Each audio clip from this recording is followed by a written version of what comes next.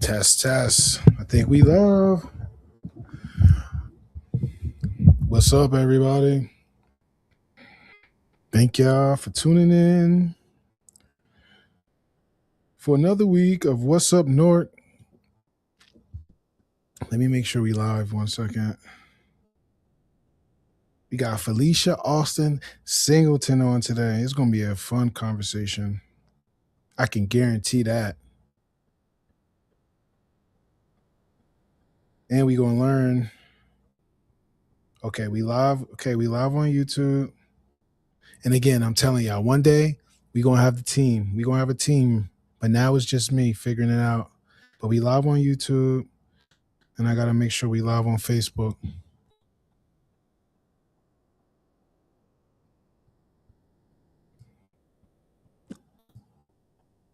Yup.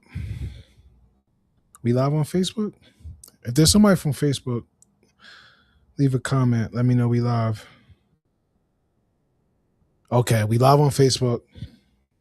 What's up, y'all? Tonight, hey, Felicia's here. Felicia, whenever you want to join, we ready.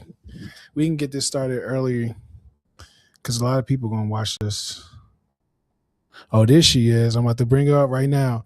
But listen, before we bring Felicia up, if you're watching this after this Saturday, August 29th, we having a pop-up on Halsey Street where we're giving away some reusable bags, Brick City bags. So if you want a bag, for free, come through.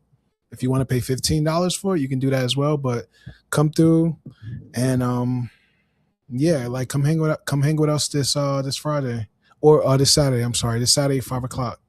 Good evening, live. Thank you, Bernard. I appreciate it. Yeah, the people coming here. This is a conversation people want to have. People want to see this conversation tonight. I'm excited. Felicia just left, but I think she's coming back. This is a conversation that residents want to listen to. My strategy for the show, or my plan for the show, is to have interesting stakeholders or people from Newark or people who are interested in Newark every Tuesday. I just want to have conversations with them. So we could teach residents information. Oh, this year she's here now. Next week, I think I'm gonna have Willie Cole on here. I don't know if you all know who Willie Cole is, but he's an artist. If you ever been to the Haynes building and you've seen that chandelier made of water bottles, he's responsible for creating that. So next weekend, I'm hoping to have Willie Cole on, and that should be a fun conversation as well, where we're going to talk about the history of Newark arts and all the things related to Newark art. So that'll be cool. Let's see. Felicia, are you there? All right, maybe you got to go out and come out one more time. All right, I don't see her. She's going to figure it out. Let me hold it down. Hey, Felicia, probably try leaving and coming back. Proud of you. Keep going. Thank you. Signing off. Yeah, thank you so much. Thank you for the love. I appreciate it. Felicia's going to come back, y'all. But listen, Shakima's in here. Listen, Shakima, I was inspired to do this because of Shakima's show. Shakima has a good show. She definitely taught me some things. Let's see, I'm about to bring up Felicia right now. Miss Alston, you there?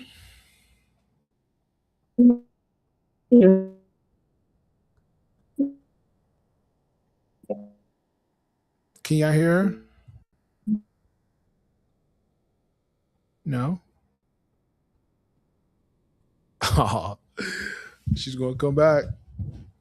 But today we're going to talk about all things tenants rights. Felicia's been someone that's been speaking about this for a very long time. So I know she's going to have a lot of information for us today. Oh, she's back.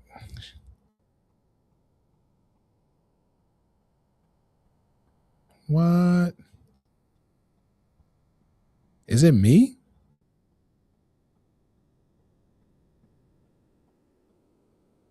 It says she's on stream.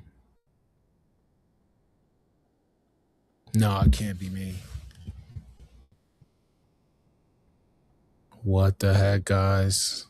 I've just been someone that's been speaking about this for a very long time, so I know This she is. you have a lot of information today.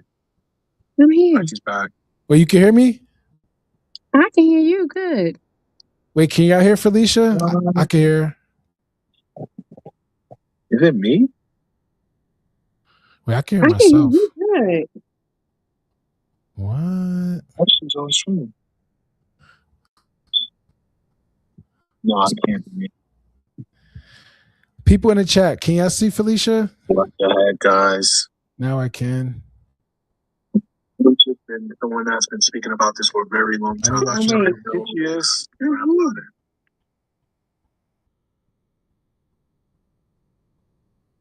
One second. Let me check it on here.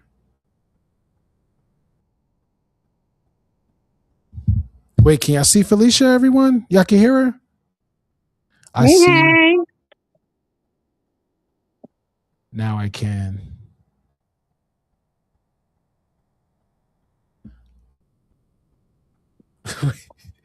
Felicia, can you hear me? Yes, I can hear you. I heard you all the time. Okay, you can hear me. Okay. Thank you. Thank you so much for coming on and chat with me so we can try to educate some residents.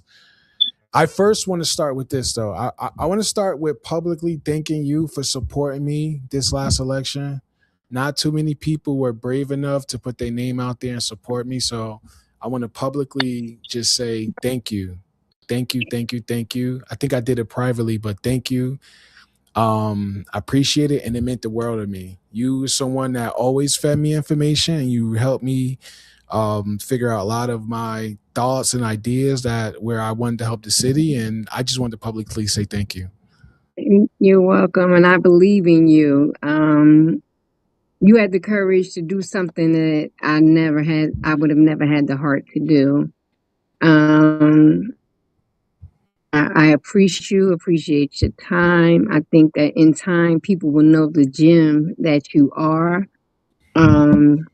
Very knowledgeable, someone who that will listen. And I think that's the key that people don't understand is listen. It doesn't have to go our way. It just to listen and to feed off of it. You know what I'm saying? Just to bring the thoughts and ideas there. Yeah, I thank you. Thank you so much. Thank you for saying that. But I do want to start. I first discovered you because I used to watch these council meetings, and I didn't see a lot of men there, but it was just a bunch of women there that just was always just bringing facts, bringing data, and trying to hold our government accountable. And before, like when I first announced that I was running for Central Ward, I actually met with Amina Bay one time, and she wanted to meet with me. So we were speaking, and we was talking about the city council meetings, and I told her, I was like, I'm scared to go in there. And that's just because of the history. Like, I've seen videos of people fighting in there. I thought Newark politics was just like really like the mob. So I told her, I'm like, I'm scared. But the more I watched y'all, I was like, I have to go up there and start speaking. So I was like, if I can see all of our elders up there speaking passionately, I have to like find some courage inside of me to go up there. So y'all definitely inspired me to go up there and start speaking. So I thank you for that. And that's when I first discovered you. But to the people that's listening, let them know about you and when you first got your start in activism and why it's so important to you. They're saying my screen is frozen. Is it frozen? Because I don't see that it's frozen. Her screen is frozen? Wait, can y'all hear her?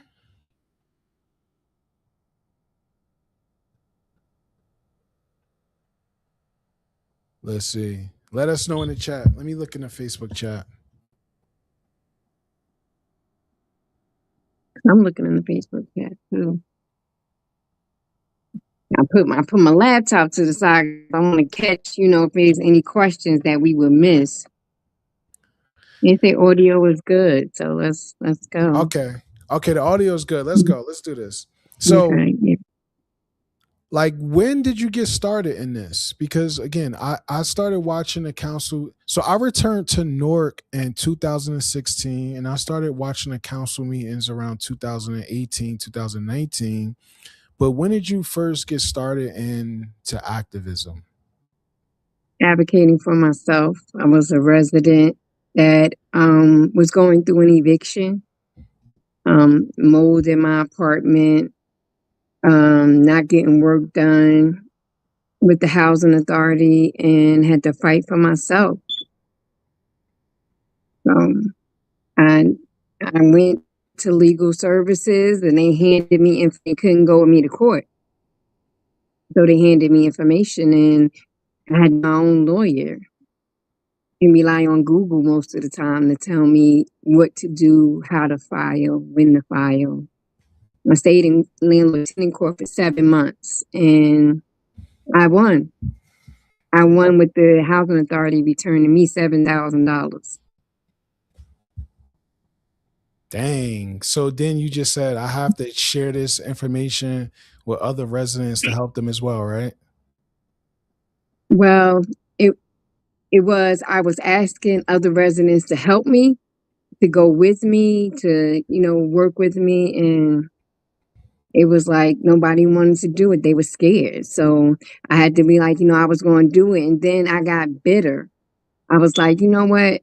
I got a new apartment from the roof. I got 3 floors, the roof from the top down.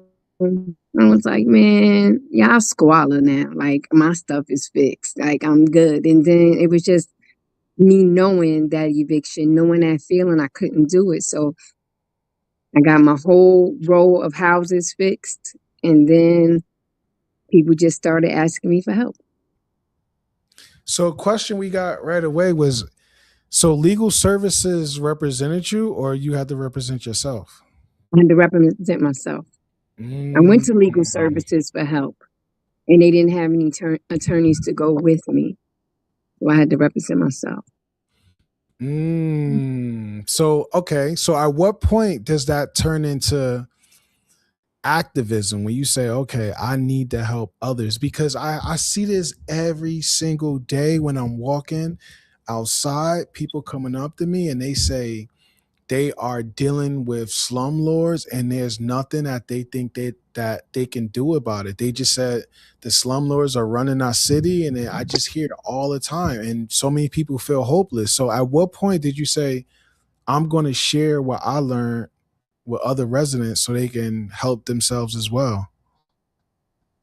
I started getting bombarded with calls. Like my Mm. phone was ringing off the hook 2, 3 o'clock in the morning. And I was just overwhelmed. So I was like, well, let me start advocating. And when I started advocating, I said, I'm the tenant advocate. Everybody's like, oh, you're the self-proclaimed tenant advocate. And I'm like, yeah. So a lot of people don't know that in the beginning, I was working with the city, working hand in hand with the city. Like the mayor and I were like a spoon coons. Like everything was good. And it was good like that for like 2 or 3 years until I had a project called Stratford, and we saw things very differently. I'm for the residents, and they were trying to shield the owner. And actually, Stratford is nothing but one block in the city, just one small piece of one block. It's like, I think it's from 2 to maybe 22 or 2 to 24. And it's just like 4 buildings on the block. And I shut it down. I said, I shut it down. They take credit for it, but it was me. They, it was me with the help. Well, I work with the Greater Newark HUD Tenants Coalition, so I sit on a lot of boards, and that's what people don't know about me. I'm not a lone person. They think I am by myself. I'm not. I now have the contacts of legal services. Legal services call and ask me for help. Currently, as Mm. of today, they call and ask me for help. So people underestimate my skills and what I do. I've been to classes. I've obtained certificates, honorees. Like I said, I have a published paper in the state of New Jersey that sit in Trenton in the State House. Dang. Yeah, so I have a published paper that I wrote about the city of Newark. So all right, so let me chat about something you said. There's so many of you that say that you were once really really cool with the current mayor and the current Mhm. administration. I hear it from Alif. I hear it from Donna Jackson. Now you saying it. What happened where y'all went from being really really close to like it seems like now y'all have to protect residents from them now. Like when did that ship start and like what happened and like how did it get so bad? Because it's the same with Africa. I saw a video of Africa calling Ross his big brother and then a mentor, and then now he's like they don't he can't stand this man. So like what happened? I don't think it's a personal thing of not just liking. I think it with me, let me say with me, it's for not liking the way things are handled in the city. And a lot is not just me and the mayor, it's the people he has around him that tells him what to do. It's a lot of that. So when you take in their side of things and then you um find out that what someone has said is true, I think that as the bigger person, as the mayor, you should come back and say, it was a mistake. It was miscommunication. Maybe we can do this. And then you got people like me who I'm sitting back like, why? Why you didn't listen to me? We did these things together. You saw my work. You saw the organization work, how we progress. I mean, not only the Greater Newark Hudson Coalition, I work with ICC.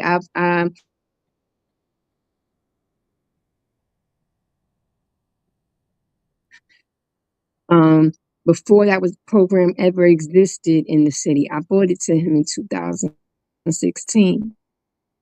Personal with me, I think so much so I'm looking for an apology. I'm looking for, you know what, kid, you was right. I should have listened to you. It's nothing personal. That man don't know me. None of these people know me, how many kids, grandkids, what I do, what kind of foods I like. So it's nothing personal. It's nothing personal. For me, it's the business of the city. And I always say that. It's the transparency, it's the working together. Anyone who knows me knows my saying is teamwork makes the dream work. Right now, if the mayor want to sit down and talk, I'm gonna sit down and talk. It's for the residents. I can't do it by myself. I don't have the power. I'm there for the residents. If I had the power, it would be done. But we need the council. We need the mayor. I was like I said to them, I helped write with ICC, the Greater Newark Hudson Tenants Coalition, um, Manera. We all sat down and wrote the inclusionary zoning. Mm-hmm. So what better person to come and ask for help or whatever's going on? Say, hey, what you think? It was never that. I never went with the original inclusionary zoning. Manera and I were the only two that said we needed in the beginning 30 to 70 percent set aside. And that was in 2017. And we were saying the AMI should have been 20 to 30%. Now, what people don't understand, and they can research it, if someone's making six figures and they're paying 30% of their income, and someone is getting 322 a month and they're paying 30% of their income, they would never pay the same amount of rent. Okay. Affordable housing, that's her mission. But let me go back. In 2017, along with the inclusionary zoning, on the same night, I was appointed the fair housing officer for the city of Newark. So that was a position that it would allow me to advocate for tenants, defend tenants, investigate housing situations, doing basically what I do now, still not getting paid. That was a non-paid job. Mm-hmm. And we didn't see eye to eye. I wasn't doing things for the developer's dream. I wasn't here for the developers. I'm not here for the owners. I'm not here for the management companies. And that's where we fell out. I wasn't going to say yes or put my name on something to say it passes. No. So with that position, how much power did you actually have where you were becoming a nuance to them when they just were like, you are messing up their plans that they had? How much power did you have in that position? I would have had a whole lot of power. Mm. I would have more power than I have now. So I would have had direct contact with HUD. I would have had direct contact with the state when it came to inspections, discrimination on housing, apartments, bank loans. It's a lot in housing.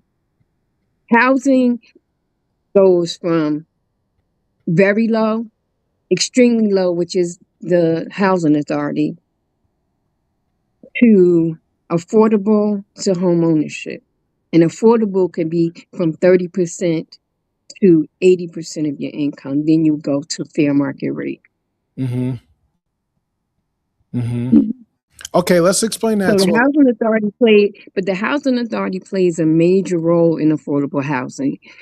So the reason why affordable housing was never coming in at 30%, because the housing authority, public housing, you have to pay 30% of your income, right? Mm-hmm. What would have made it so dynamic in affordable housing was when you would have put that, what they call FMR, fair market rent, you would have put that at 30%. Because that you could have said, okay, you're going to pay 30% of your income, and which was around the same time in 2015 and 16, the New Jersey Supreme Court said that every city in the state of New Jersey has to have their fair share of affordable housing. Mm-hmm. Now, affordable housing goes back to 1930 when they built houses out of the Great Depression and brought people from slum one-room shacks to these apartment buildings. Mm-hmm. Some people were paying $37, $87, $57, and so on. That came into what we would call now segregation and redlining, Mm-hmm. where the people that were in affordable housing or public housing had the opportunity to move. That's where the government decided, well, we're not going to have these low income people that came out of the Great Depression or came back from World War II, because that's what they originally made public housing for. It was never for Black people. Let's remember that. Mm-hmm. Yep. They said, we're going to make them the middle class. We'll make them the middle class.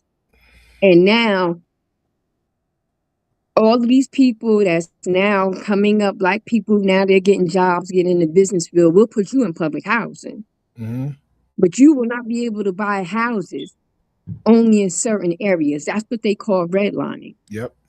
So they stuck us in the projects and now moved all those people out and made them middle class and let them move to the suburbs. When people go down to South Jersey, like Mount Laurel, Cherry Hill, those places say, you know what? That's where we came from, but we don't want them people coming here. So anything that they had in Mount Laurel, they gave back to Newark in affordable housing, vouchers, low income money. And it was a group of advocates and people that came together and said, hey, you can't do this. So that's what they call the Mount Laurel Doctrine. The Mount Laurel Doctrine was put together to say, hey, you can't discriminate against any low income, any person, a voucher person. You can't do that. Mm-hmm. So, like I said, in 2017, the New Jersey Supreme Court said, no, every city in New Jersey must have their fair share. They must have their fair share of affordable housing.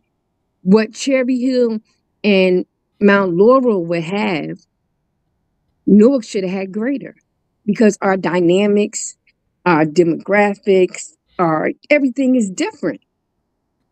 Our income alone, when people say, "Oh, we make 47,000," you're only quoting one area of income, Mm-hmm.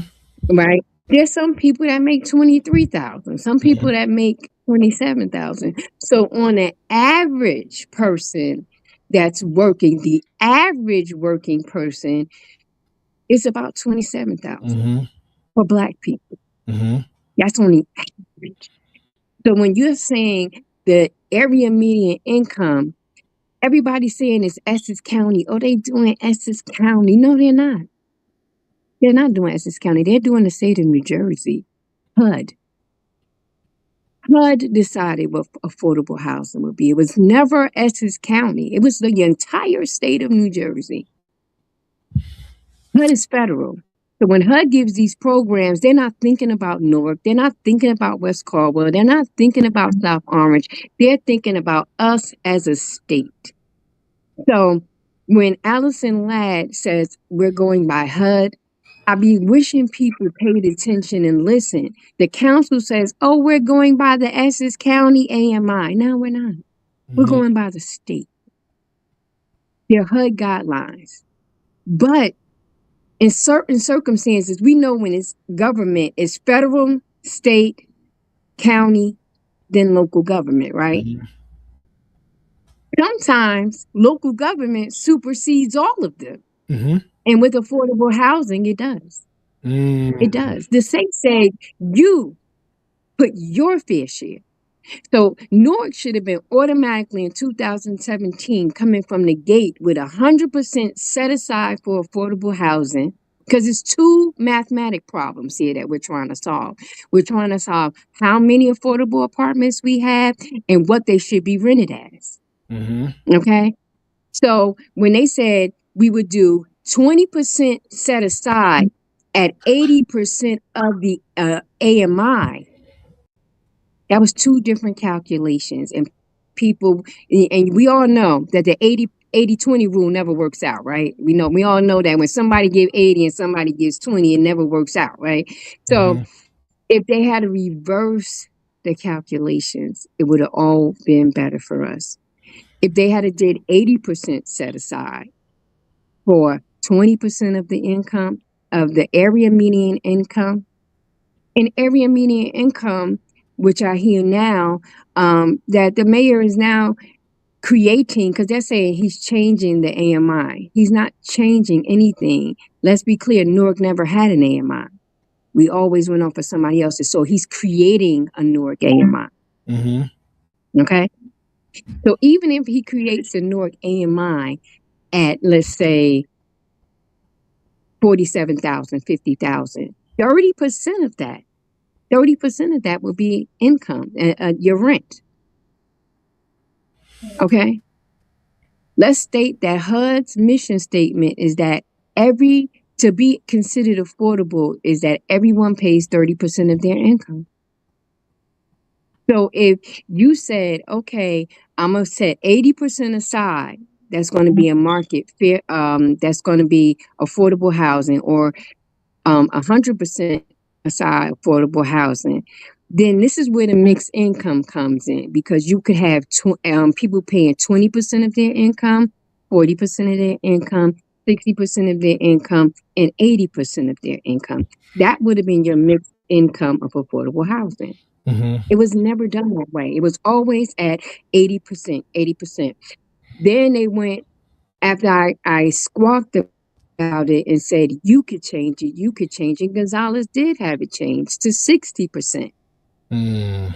And then Allison Ladd, I'm saying, well, if you change it at this moment, why couldn't you make it for all of them? Remember, I wrote the inclusionary zoning, so I know the verbiage that's in there. And it does have a part in there to state how they would manage the AMIs, how they would oversee the AMIs. Who is overseeing it? They're not in compliance with their own inclusionary zone. Who is the overseer to see that the person that's making 27,000 gets to pay the 30% of income? Where's the oversight? Who is part of that? Who is over that? They did have one person over that, but that person is no longer with us. Very nice person, and may I add, he was a very nice man. He's no longer with us to oversee it. So how do we know that people are getting their fair share? And this is what really can be called housing discrimination.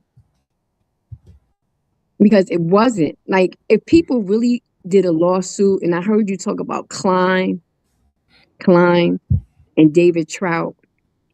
I sent you a couple of articles and stuff that I sat on boards with David Trout. Like the guy who wrote that paper, I sat on boards with him.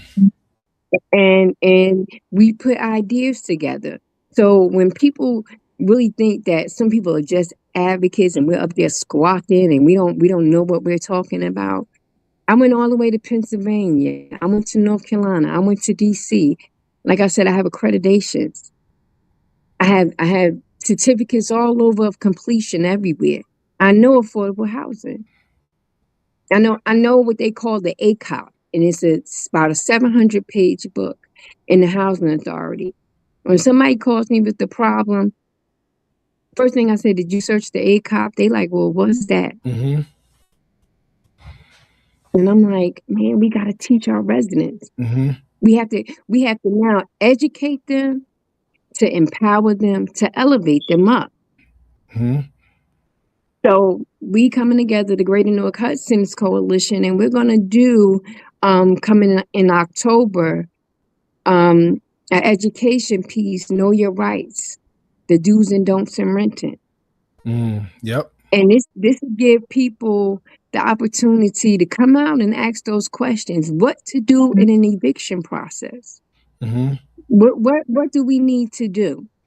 And I know we can't get into the meat of it, but just for one tip, I need people to understand that do not ever sign an agreement in an eviction process.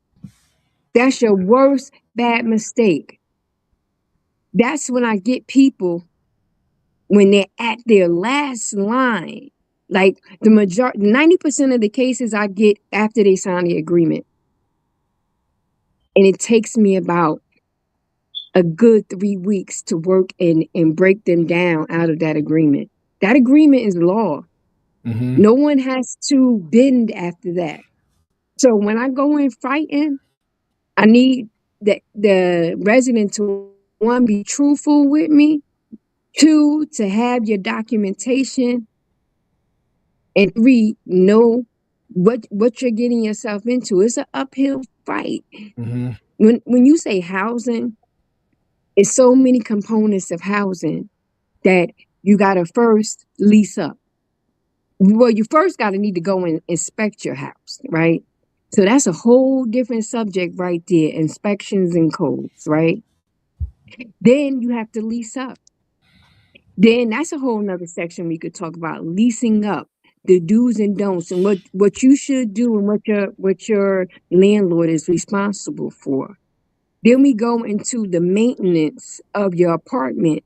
That's a whole these are all topics that I can take you about an hour on each topic. Yep. What you're required to do, when you're required to report it, what is your responsibility. I bet you half of the people in public housing don't know that they could really ask their landlord for batteries for their fire alarms and light bulbs in their homes. They might tell you no, they aren't supposed to do it, but they do it all the time. It's done. Then you can go for your resources like fire department, code enforcement, water and sewage, the health department. Those are all resources that everyone should have in their phone, on their refrigerator. Then you will go to exit leasing and your exit inspection. and then your return security deposit. Mm-hmm. It's a whole book in just maintaining a house to a home. Mm-hmm. And then you got laws. Then you have laws and that's different for public housing, Section 8 housing, LIHTC apartments, your RAD apartments. There are different type of housing that is rental assisted. So it's a lot when you're talking about affordable housing. Affordable housing is just not under the city of Newark, and what they're saying that they're creating and building is still public housing in Section 8. That's affordable house. That's considered affordable housing. Why they never started? Because those apartments and those vouchers are counted already in their affordable housing stock. So they thought they never had it to put the low income into affordable housing. They never thought that. They just thought that they had to do a median income, like the middle part of it. No. It's a person out there that's making $32,000 that cannot afford housing authority. Felicia, I want to sit with you, like just listening to you. I want to sit with you and I want to try to capture as much as information I can and try to organize it. And try to organize it in a Yeah, way that's really, really simple for everyone to understand. Because I think that's possible. Because it sounds it is. there's a timeline from the moment you sign the lease to the moment, or even before you sign the lease to the moment you get your security deposit.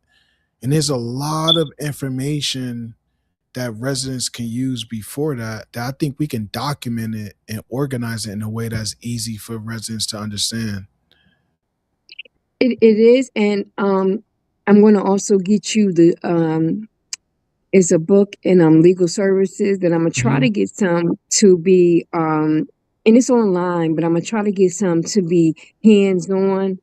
Um because we're so used to using a computer and we Mm-hmm. might go look up something and you know how you go look it back up and it's not the same information that was there Mm-hmm. before. Yep. It's called The Truth in Renting. Mm-hmm. The Truth in Renting. Okay. And The truth that and book is written. like The Truth in Renting. Yeah. Okay. That is like the holy Bible for the state of New Jersey. Okay. Every judge is going to use it. Every law that could save you from housing. And Mm-hmm. I'm going to say this to renters. And I know there'll be some homeowners that will kick me in my back, but for every situation, there's a loophole. I'm going to say that again. For every situation, there's a loophole. All of this is just nothing but law that gets tailored to either the owner, the developer, or the tenant's needs. Mm-hmm.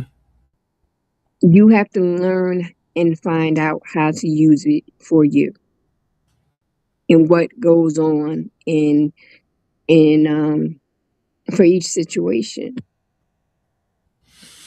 So let me ask you about this. So when you look at the campaign donations from these developers to our elected officials, isn't it obvious that they are in bed with each other to, I guess, not torture residents, but not prioritize like the livelihood of residents? Like isn't that obvious when you look at the campaign donations? Like, Yeah. isn't that the obvious tell that, okay, I'm accepting this money from this slumlord. I do not care about the residents of Newark or the poor residents of Newark, essentially. I'm not going to say they don't care. I think that people have normalized poverty in the city of Newark. I think that it has become normal to be living with mold. It has become normal to be living with mice. It has become normal to have to scratch and survive. Um, the campaign donations, there's not owner or a management company that could ever say, if we're not working together to better the residents, none of them can ever say they gave Felicia anything, they did anything special for me, because I'm going by, most of my residents to know that I'm going by the book. I'm going by the HUD regulations and subsidized housing, and then I'm going by the New Jersey state law for regular fair market rent. I think that if everybody stayed in the law of what government was created on, that, we wouldn't have these issues and problems. Just like with security in the buildings, we have a law on the books that any building that has 100 units or more supposed to have 2 guards, one armed, one unarmed. That's automatic. Even if the apartments are not connected, they could be adjacent to each other, they still have to have it.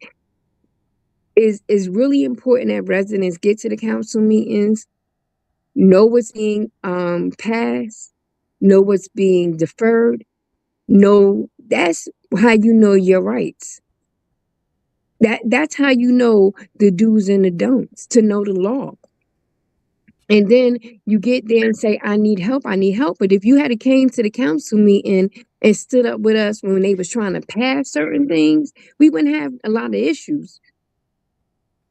So It wouldn't be a problem. okay, so I was trying to keep up with the comment. do we like, we have the law, so is it a thing of us needing more laws, or is it the enforcement of those laws? And I think you touched on it earlier, because like many of the laws are there, they're just not enforced, right? Or they're not updated. They're not updated. So some of them not updated. Like when they were selling properties off, they were selling properties off of a sale or the pricing of 2007, 2010. We're in 2026. That needed to be updated. That should automatically be updated like every 4 years or every 2 years. We have the laws on the books. If laws need to be created, that would be for our council members to create.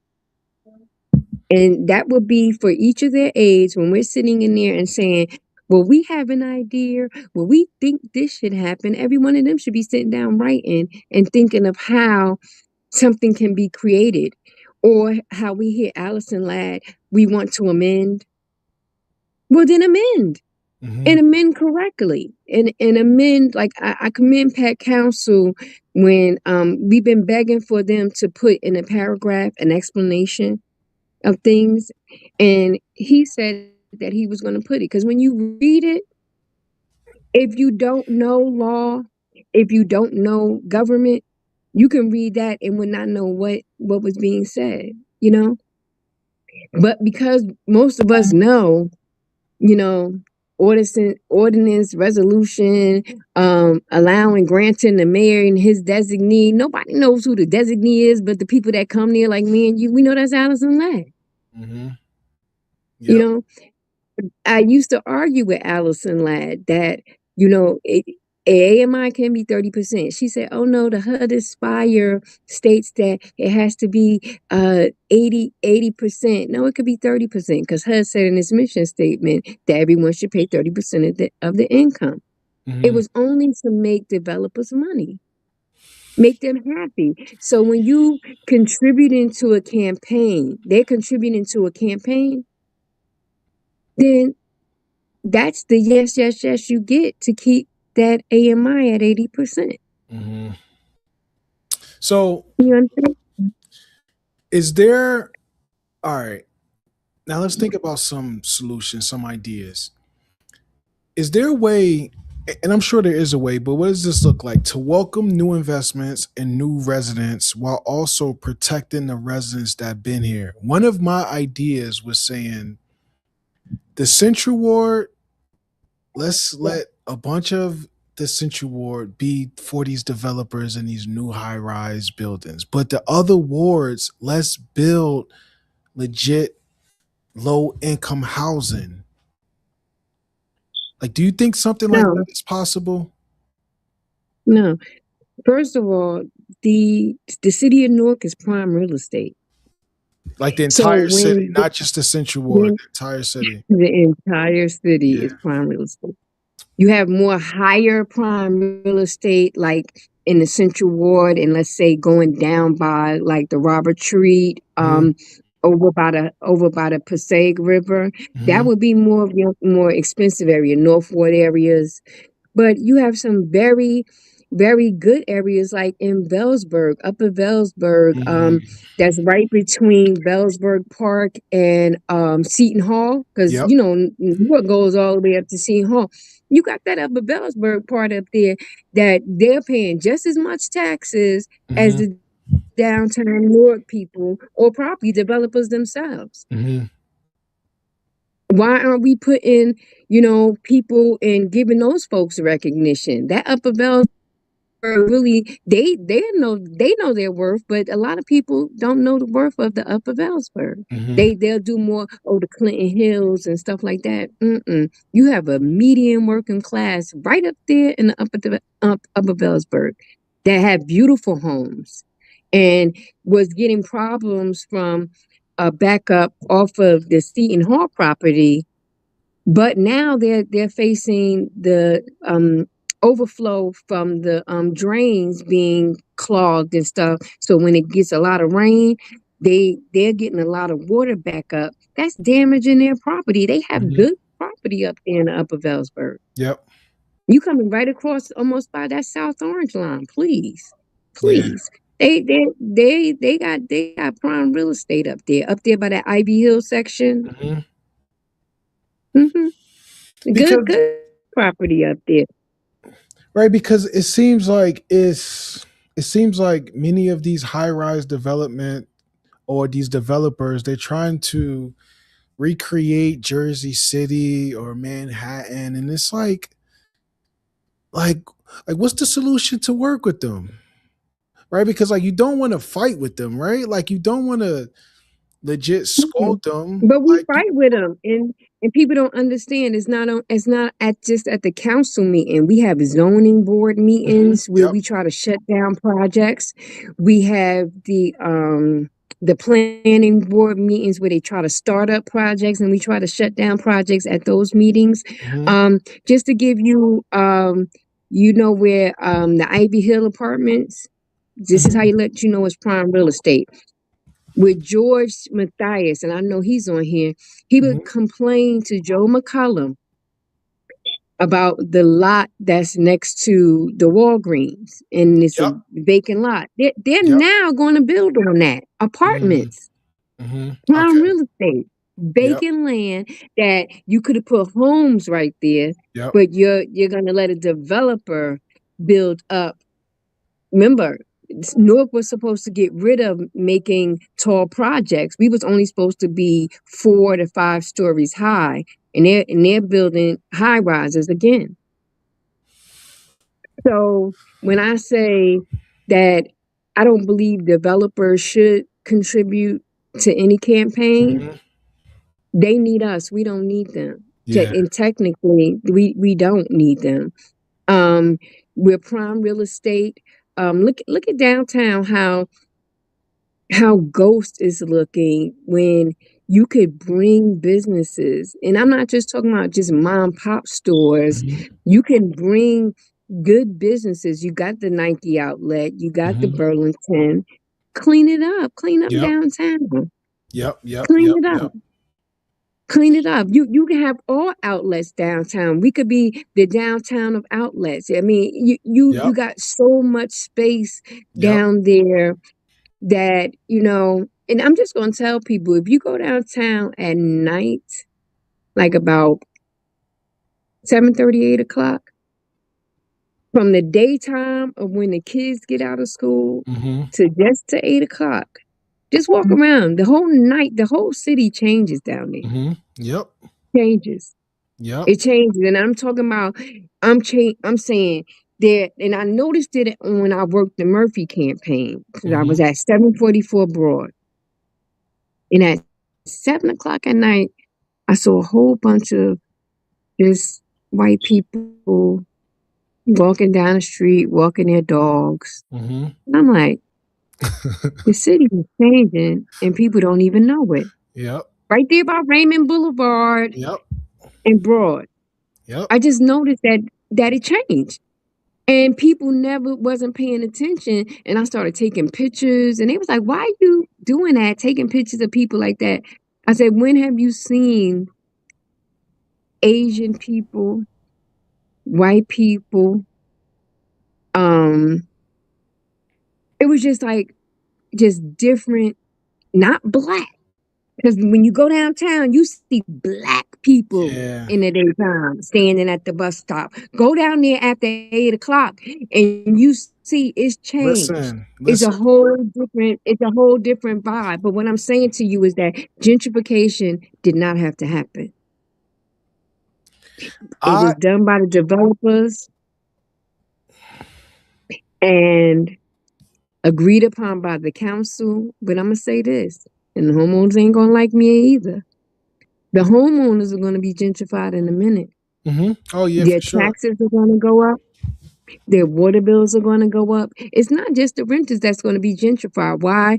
Because it's going to be cheaper to rent an apartment than it is going to be to mortgage a house. Mm-hmm. Think about it. Some people paying $3,000, $4,000 in rent downtown.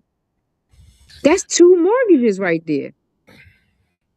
But what I do want to ask you is that couldn't we use that added income from those taxes from those new residents? Right? That added income. Like, don't we want to grow our tax base? So, like, don't we want more Stop residents to giving come? tax abatement. Stop giving tax abatements. That's what I was getting at. The tax abatements, how we're prime real estate, tax abatements were only given to developers because we had that part in maybe the 1980s, late early between, let's say, 82 and 89, right? Where Newark almost had a drought. They had that blight area, of where nobody wanted to build, nobody wanted to come here. Nobody wanted to do anything in Newark, right? They were giving the tax abatements to one say, okay, we'll cut down your development costs, right? You got how many projects going up? What you getting tax abatements for? They have the money to build.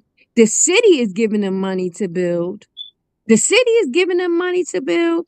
They're getting tax abatements, tax credits from the state. They're going in there building with $0. But you're going to charge your residents $4,000. And now you're going to get, not that you don't have, see, tax abatements is not saying they don't have to pay taxes. Tax abatements is saying, yeah, they're saying that at a certain time, they're going to hold off from them paying taxes or they'll be locked into a tax rate for 25 years. Mm-hmm. We're not locked into our rent rate for 25 years. Mm-hmm. What is the incentive to make the Newarkers stay? They get tax abatements and they're not even compliant in their tax abatements with hiring Newarkers, having the unions fully stocked, having a PLA with the unions. They're not compliant in those areas, but we're still giving them tax abatements and they still getting able to build. And guess what? Cost is going up. Our electric bill is going up. And guess what? We can't afford it because we're not getting job increases or we're getting, incentives from our jobs as quick as the developer is getting incentives on his projects. You got Daniel Spiegel, who was with the Riviera, who got that building illegally. That's a whole nother story. And I could tell that. Nobody knows that one, but I can tell that one. I called the ex-wife and they sold the hotel to Daniel Spiegel. The ex-wife didn't know that the hotel was being sold. I called her So now, so now the Brow wife is now suing the people who sold the building because they didn't know anything about it. And I only called to ask her to stop from throwing the people out. But like I said, that's a whole nother story. So Daniel Spiegel has the Riviera, who was a hotel that was for like low income people. They were living there. Daniel Spiegel has monopolized the city and got properties on South Orange Avenue, Central Avenue, got property all over the city. And what did he give back to us? Yep. He But gave he now he's gave to making he gave money. to our elected officials. That's who he gave to. Yeah, he gave to them. That's and it's proof in the ELAC Yep. reports. But Yep. see, that's what I'm getting at to your question. No, we don't need Daniel Spiegel money. If Daniel Spiegel needed to come here and build, that Daniel Spiegel could have built and he could have paid just like everybody else could have paid. Like he was a resident in Newark. He came in there and got his application. He has gotten the most developer gifts I've ever seen in my life. Mm. To have lived, for people to have lived and be kicked out of a building and who have lived with bed bugs, rat, roaches, Mhm. mice, and he still was given now all of a sudden he wanted to turn that into an apartment building and kick the rest of the people that was out, because remember it had came to where the Essex County was paying for him to have people there, right? Then all of a sudden he wanted to change it. We got that knocked down at the planning board. He couldn't have the apartments. So then he said, oh, I'll build a shelter on one side and have apartments on the other, right? Then that kind of got knocked down because it just wasn't working with having shelter, the mixed use. So all of a sudden the Riviera burnt down. Oh man. The Oh Riviera can't house people like that. So guess what's going to probably happen? They're going to probably build just apartments. yeah. You know what you know what we need to do? We need to, like, is there a way that we can create the profile of the type of developers that we want in our city? Because like development is important, right? Like could we create the type of developers that we want in our city with the demands that we want? Because that's what it sounds like it has to be, because I don't think these people are qualified to know which developers are good and which developers are bad. They just hear developers. And I also heard a lot of the developers came from Jersey City because our mayor was cool with Fulop. And a lot of the Fulop boys came over here to Newark. So it's like we just hear developers and we like, oh, we think money, but we not thinking about their intentions or the unintended consequences from many of their actions. It seems like we're not smart enough to like know who should be building in our city. I'm going to say this without calling names, but the mayor is not behind the development in this city. It's the The former the mayor. actual the actual deals of the city. So let me say this to you. So that you know what I said, you have the planning board, you have the zoning board, you also have a housing committee that would sit right in City Hall that has not been functioning probably uh probably for the last maybe I would say 7 to 8 years. It has not been functioning. So your housing committee would come here about development issues, the landlord issues, what's going on. And then we would make, you know how the schoolhouse rock, and I always say this, I'm just a bill, I am only a bill. I was sitting there on Capitol Hill. So Capitol Hill would be City Hall. And he said, you know how he said, I go there and I get stuck in committee and he goes slumps down and he just sits there on the steps and he just sits there until the committee. Now this is government right here. Mm-hmm. This is how government works. So even in City Hall, there are like you have your tax abatement committee, you would have your housing committee, you have your education committee, you would have You even have a daycare committee. You should have a committee for all your departments. Mm-hmm. Okay. But your housing would really take care of your code enforcement, your health department, and your DPW. They would take care of the fire. They would take care of all of those departments, and they would sit down. And if the landlord was giving you an issue, we bring the landlord to the table. I sat on the housing committee, so I know. We summoned the landlord in when Omni wanted to buy Garden Spires. King's Management owned Garden Spires. Omni wanted to buy it. Gail Cheney Field Jenkins was the councilwoman at the time. That place went down, so they didn't have security. They didn't have a whole lot of things. And Christie knocked it down because they didn't want to buy, because Christie didn't want to give tax credit on for Omni to buy it. So what we do, we brought Omni in. You got all of these issues there. We went and walked the halls. Go look up the Hell in Renters. Um, it gives you a whole 4-part article on Garden Spires and Omni Group and King's Management. And the city got involved, the state got involved, but lo and behold, it was the councilwoman who had to go talk to the state to help Omni get it. But it was brought to the housing committee. And we said, you know what? King's Management is out of here. You have to sell.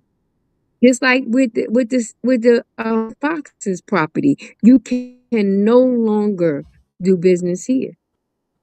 And that committee was made up of 3 council people, 2 renters, 2 homeowners, and a neighborhood organization. Anyway, it made up 9 people like the council. Mm-hmm. And we sat there and we called the people, and it was just like a housing council meeting.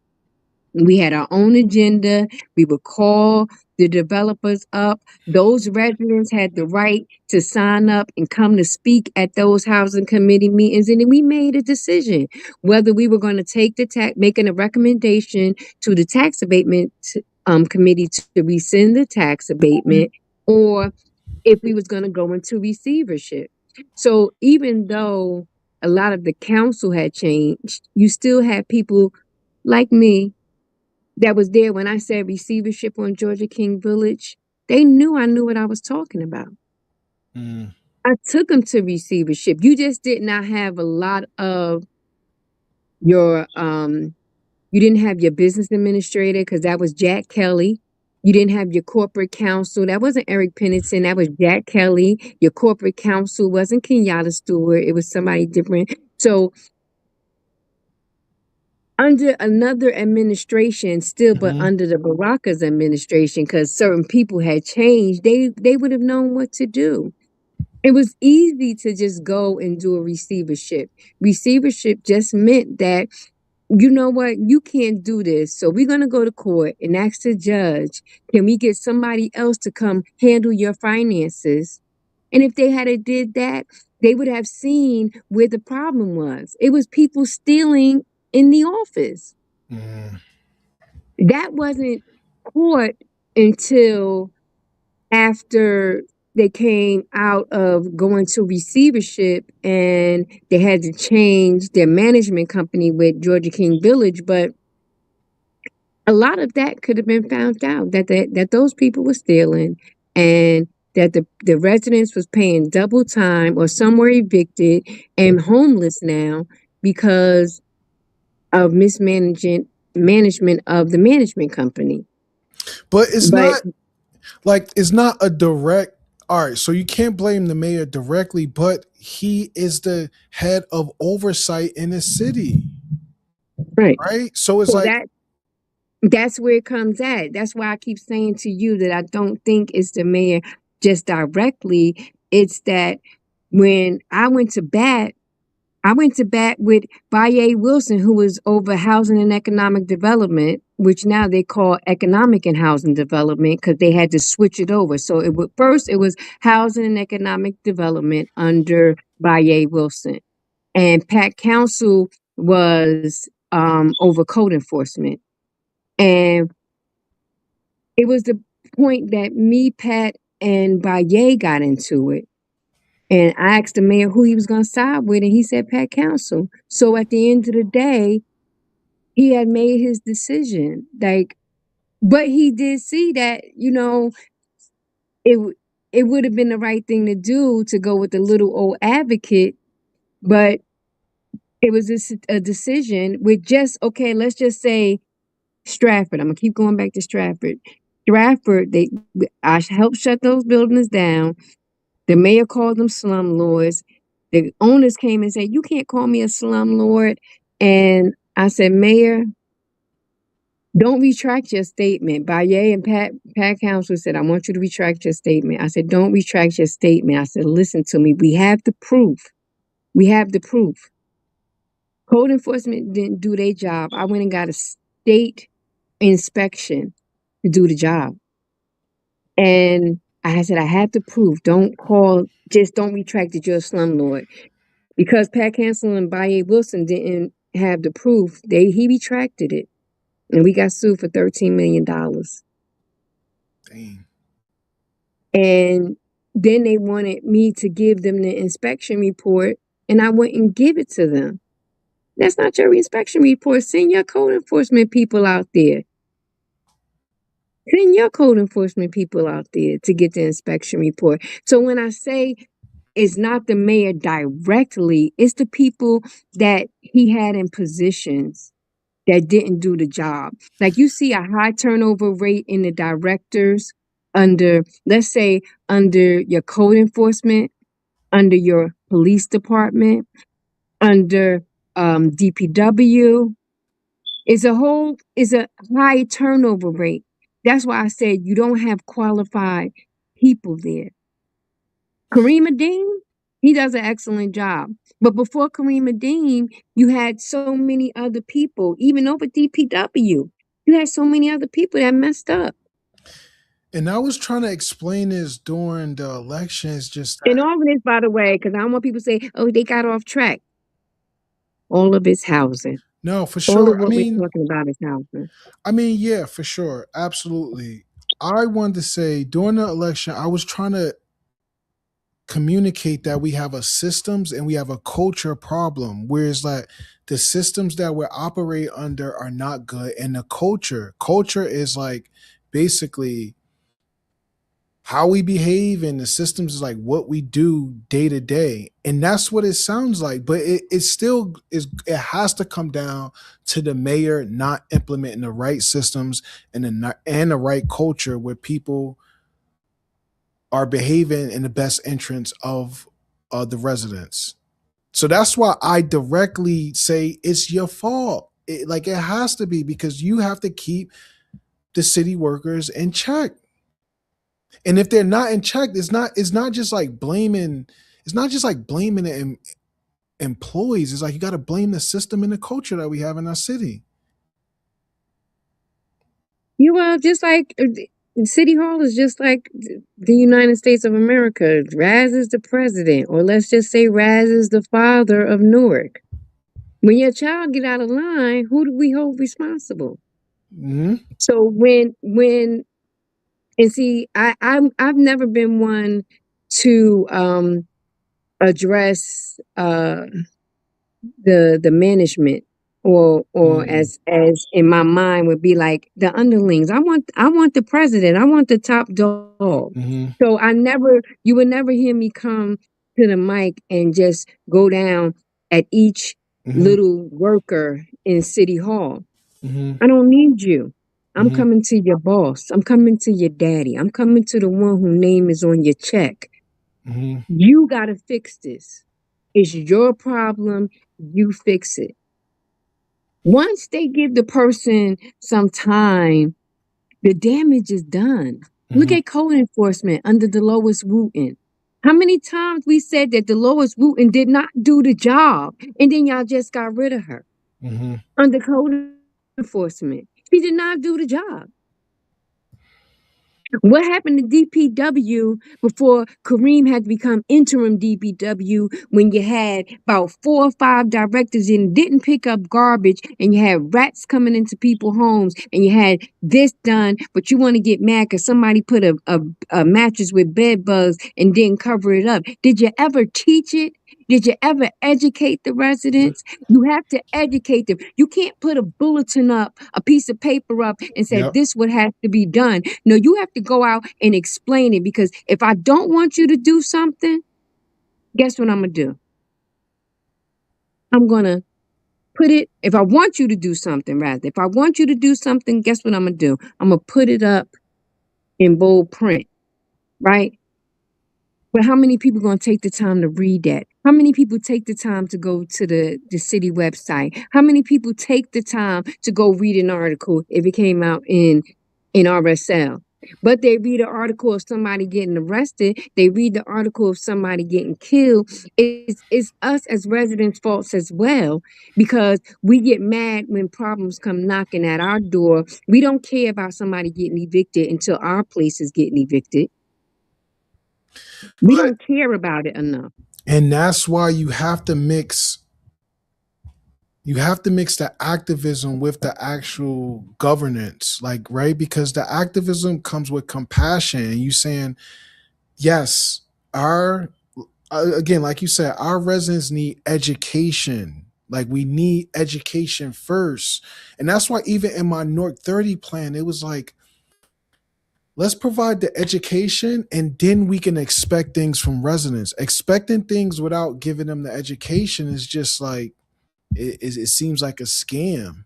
But I do have a question for you, really. 10 years from now, what would have to happen in Newark for you to say that we handle development the right way? We have to revamp it. We have to revamp the whole system. So We would have to change what we're doing now. Stopping tax abatements, stop from giving all the incentives, and start back from the drawing board. All of that stuff has to go. It has to go. yeah. Yeah. So you think We just have to reevaluate our own property instead of reevaluating taxes. They need to actually have them look at the property.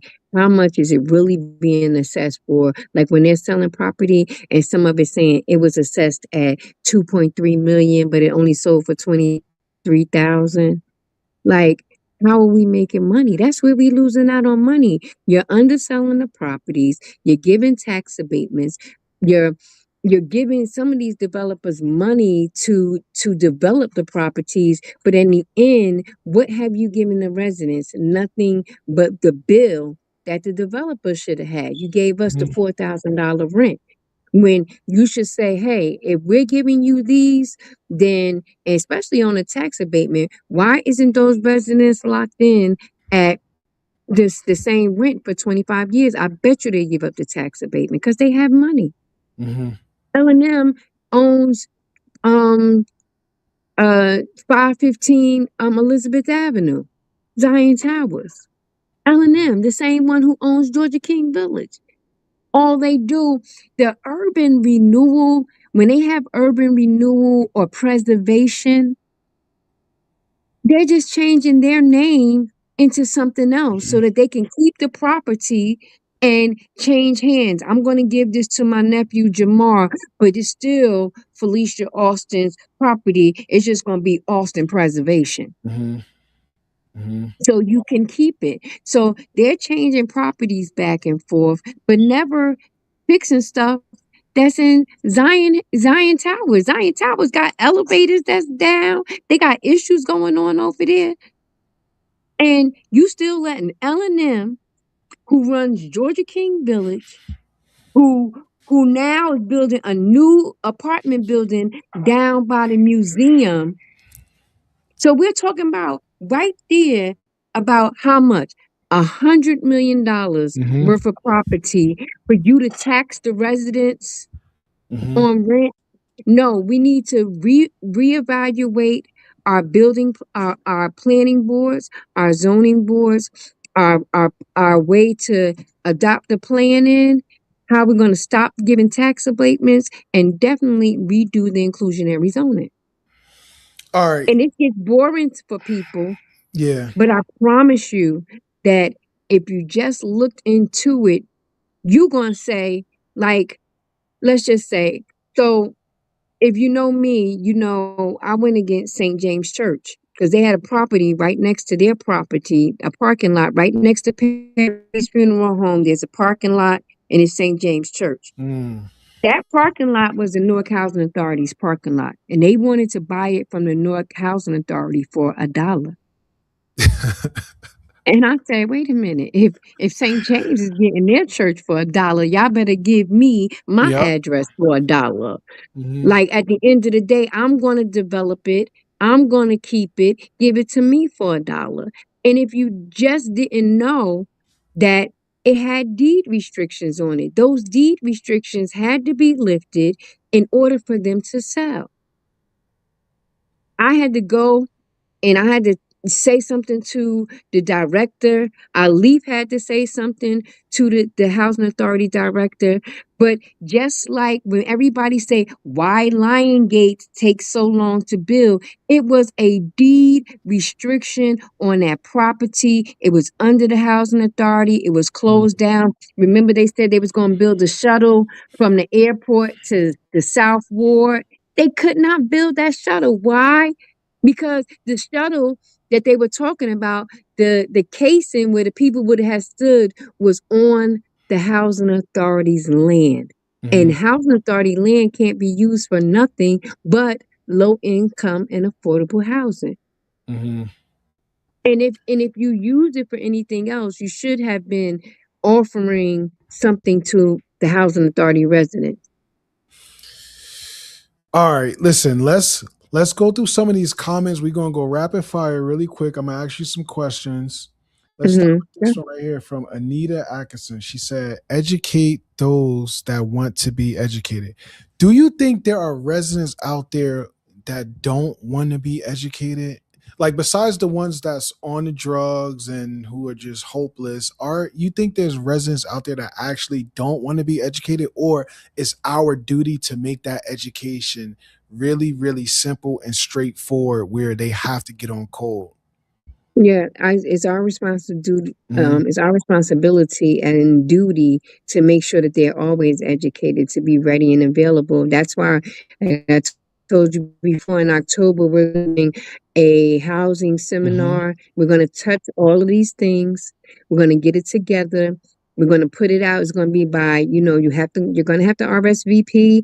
Um, Hopefully it'll be at Rutgers, but it might be at Seton Hall. When we get the date and the time, we're going to put it out. We need people to push it. We need people to Hmm. come out.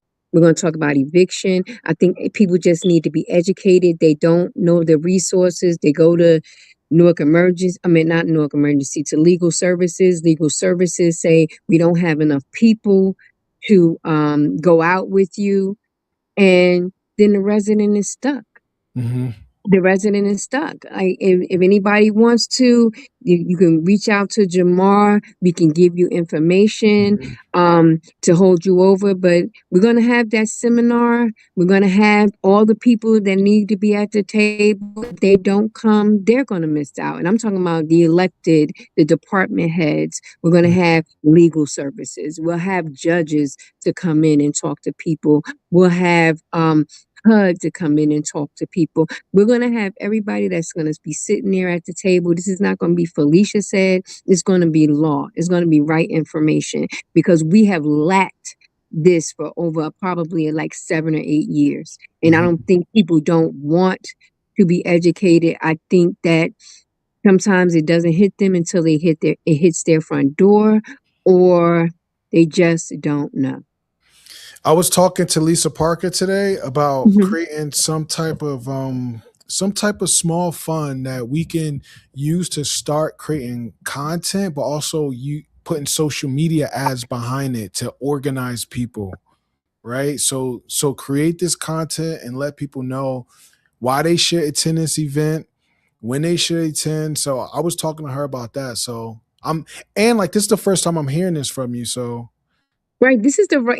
Everybody has the right to organize. That mhm, that is one of the First Amendment. We have the right to have a peaceful protest, the mhm, right to organize, the right to educate. That's one of your First Amendment rights. yep, And people just don't understand that. It's just that simple. If we came outside to stand in front of City Hall steps, as long as we were peaceful, they should not bother us. We have the mm. right to organize. Eh, We mhm. should start hosting like events, like meetup networking events, right on City Hall steps. Like come out and Right. just hang out, learn Right, but information. we can also request permits to Mm, go and hang out in front of City Hall. yeah, Like that, but people don't understand that City Hall is our house. It's not the yeah, elected house. It's not the mayor's house. It's not the council house. yep, They are actually our employees. The yeah, council is supposed to answer to us. The mayor is supposed to answer and to supply our needs. They are public servants. They are elected officials elected there to yep. actually hear our needs. Yep. Let's do it, y'all. Listen, if you want this chat, let's do it. Let's start organizing. Cotton Candy said, I like to know how the non-compliant landlord list only have 4 LLCs listed. What Yeah, about the yeah. others? How did they just come up with that short list and why?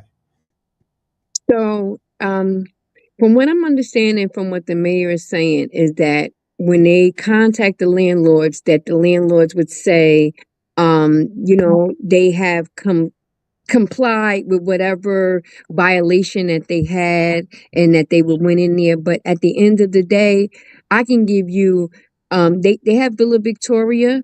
One was from the resident that went on the air and she still hasn't got her issue fixed. But at the end of the day, it brought light to the situation. Villa Victoria, you got St. Mary's Villa, you still got Georgia King Village, you got Zion Towers. Drop your building in the chat so we could see who else areas have issues. Because I'm quite sure Jamar would not mind going up and giving a shout out when he gets to the mic, and I sure wouldn't Yep. mind when I get to the mic to advocate for you. Because everyone under HUD standards, whether it's from low income to housing to buying homes, deserves clean, safe, decent environments. And what people need to understand is when they say low subsidized income, that's under HUD. Do you know when people purchase housing and the housing lenders have to be MOSAR accredited by HUD? How the banks have to answer to HUD? So when you say Fannie Mae, Freddie Mac, that's HUD. Yep. So when people say I bought a home, more so your whole contract, your mortgage agreement had to be verified by HUD. I don't Yeah. care if you made six figures. Take that to the bank. All right. The last one is William Hathaway. Right, He said, William? William Hathaway said, wait, where did okay, is it true that when a developer has got a pilot not approved by a municipal council, we the tenants rent goes up if it's not approved? You know what that means? Yes. So what he's saying is like the tax abatement, the pilot tax abatement, and they're not approved for like a tax abatement. That's what they say, William. But I think that's a ploy to get them to just go up on rents or them to get the tax abatement approved.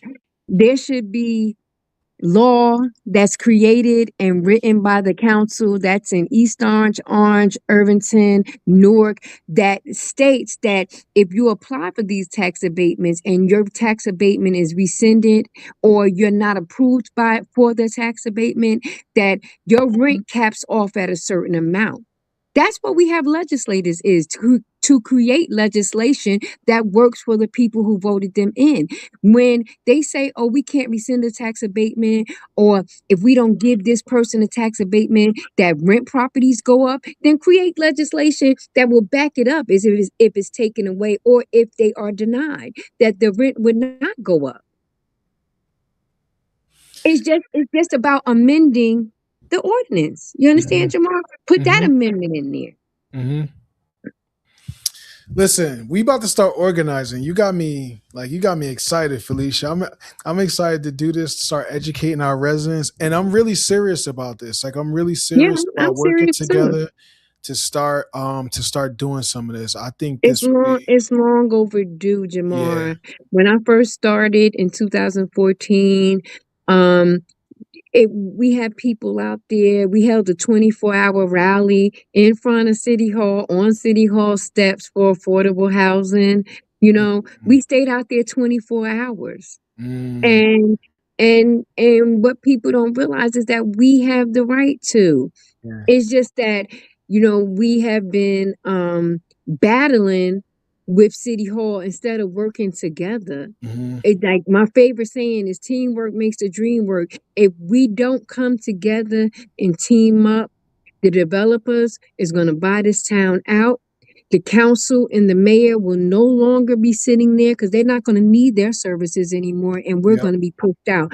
So the ones that were sitting there fighting back and forth have just opened the door for the side door for the stage to be set, and we will not ever have a seat at the table again. So we have to come together. We have to create the laws, or help or suggest to create laws that will make it comfortable for us to live cheaper, safer, and in cleaner environments.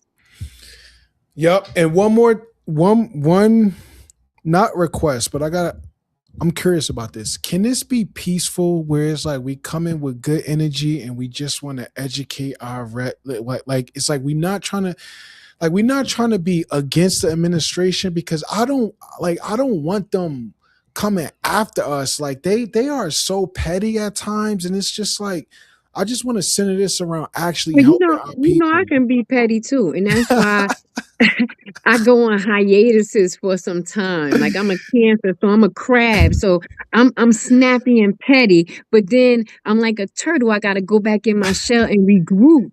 And some people don't understand that about me, because I will spiral out of control. I get nervous. I just start going off and stuff. So no, I don't want to be petty. I'm Mm, tired of it. I'm yeah, tired of yelling at the mic. I'm yeah, tired of coming to the council meeting and yelling, yelling, yelling. I'm yep, tired of that. I'm ready to get to work. yeah. I You there begged is. for the housing committee meeting. I've been promised by the council that we're going to get the housing Yeah, committee meeting started. Let's work, because let's work. the council chambers is not for where we should be discussing issues. It should be in the housing committee. Yep, The council chambers where legislation is supposed to be passed and the budget is supposed to be yep, discussed. yep, That's where it's supposed to be done. And if we don't understand that we get 25 speakers to come talking about housing issues, we don't have time to yep, listen to what the actual agenda is. yep, yep, yep, yep, We yep. need the people in place so we can redo the inclusionary zone. I'm Yeah. glad we have Donna up there. I work with some Councilwoman Bay. I work with Councilman Crump. I work with Councilwoman Roundtree, Hmm. Ramos, Quintana. When Gonzalez was there, I worked with Gonzalez. And behind the scenes, I get more done. But some things you have to come out in front. People Hmm. think that, a lot of people took it all personal and took it that I was coming at the mayor. And Hmm. as thin-skinned as he is, because I'm thin-skinned too, when you talking about me, that's why I said when you did that and you stood up for the city, people don't understand how you be attacked. Boy, Hmm. I would have been slapped the crap out of somebody if they had attacked me. I would have been hunting them people down, talking about their mama. I'd have been talking about everybody. That as much as people say I'm mean, I have a pure heart, and Hmm. I'm like a marshmallow on the inside. So Hmm. when you come and attack me, and I know my intentions are good, and I know I'm out here for the people, and you come to attack, truly understand that sometimes Rad's intentions are good, but you have to still look at the people that you have around you representing you. Like, Mm-hmm. I'm not going anywhere representing anyone that the residents, any organization, and coming out and causing trouble. We have to all get along. We have to all get together. And if you say they are for One Newark, they say they love the city, then let's come together Yep. and put the residents first. Yep. There it is. There it is. All right. Let me end on a kind of silly note. There was a council meeting when you went up there and you played Not Like Us by Kendrick Lamar and you was up there Mhm. dancing. Do you remember that? Yes. That was so funny. Like But you gotta listen to Kendrick Lamar. He said, "Once upon a time, yep. all of us was in chains." And Mm-hmm. that part right there. And he says, basically he's saying what we're saying. You Yep. made it good for the developer. You ain't nothing but a colonizer. Yep. You ain't Yep. nothing but who they are. So what I'm just trying to explain to them is that you're not like us. Yeah. We're here for it. We're here. And when their term is up, guess who's gonna still be on the other side? I'm still gonna be here. Yep. Because Yep. they're not like us. Yep. There it is. Listen, Felicia Alston-Singleton, the legend. Thank you so much. You're welcome. Hopefully I can have you back on in the Yes, field and we can keep yes. chatting and educating. But I'm And definitely gonna hopefully we can get together in October and we can absolutely. educate. Yeah, absolutely. Listen, I'm 1,000% going to be committed to helping you with that. And Yeah. hopefully we could do more, like just to continue to educate and really make it multi generational, Yes. right? Where Yes. it's not just our elders, not just like people in my No. generation. We gotta get the youngins involved. We gotta get everybody involved in this movement. Oh yes. Well, we're gonna have young people out there assisting people to register. We're gonna have them out there Mhm. handing out the information that's there. They're gonna be quizzed on some of the things listen, my kids and grandkids are on here now, Yep. and my daughter be on there. I'm Yep. teaching them. Yep. When I'm gone, they're gonna know how to survive Yep. when it come to housing. If nothing else, they're gonna know housing. Yep. Felicia, thank I you. thank you, Thank you. Jamar. Thank you so much. And thank y'all for And tuning thank in. you. Thank y'all. Love Bye you, bye. George. Bye. Listen, y'all, that was another great conversation with Felicia Alston-Singleton. I learned so much. She always sending me, she recommended me books that I read some of them. I'm not gonna lie. There was like she gave me this one book and in the book had the information I needed to answer one of these questions at the mayor forum, and I just didn't get to that part of the book, but I wish I did. But she has been very, very supportive of me, and I appreciate her. And there's so many other women out there like Lisa Parker that have been supportive of me, and I have so much love for them. Saturday, come by Halsey Street. I'm giving away these bags, reusable bags. I'm giving them away. If you come and you agree to take a picture, or you could pay $15 for it as well. But Saturday we're going to be at Halsey Street at the Brisket Guy supporting a Newark business. So come through if you can. The RSVP is in my bio. If you need an RSVP, send me a message. But again, thank y'all for tuning in. Next week, I'm going to try to get Willie Cole on. He is a artist. If you ever been in the Haynes building where Whole Foods is, there is a big chandelier of water bottles. He is the artist behind that. He's been an artist in the city for a long time. We're going to come and chat about Newark art. So each week I'm going to try to mix it up with providing some context of what's going on in Newark. So, and again, if you want to organize with me and Felicia, I'm really serious about this. I'm really about to take my organization or my organizing skills to the next level to start educating our residents. So if you want to participate, please send me a message. And again, thank y'all. I'll be back on here Thursday if you're free. I'm going to recap some Newark news for the week. Pull up Thursday, and again, thank y'all for spending this hour and a half with me. Hope you have a good night, and bye bye. Peace, y'all.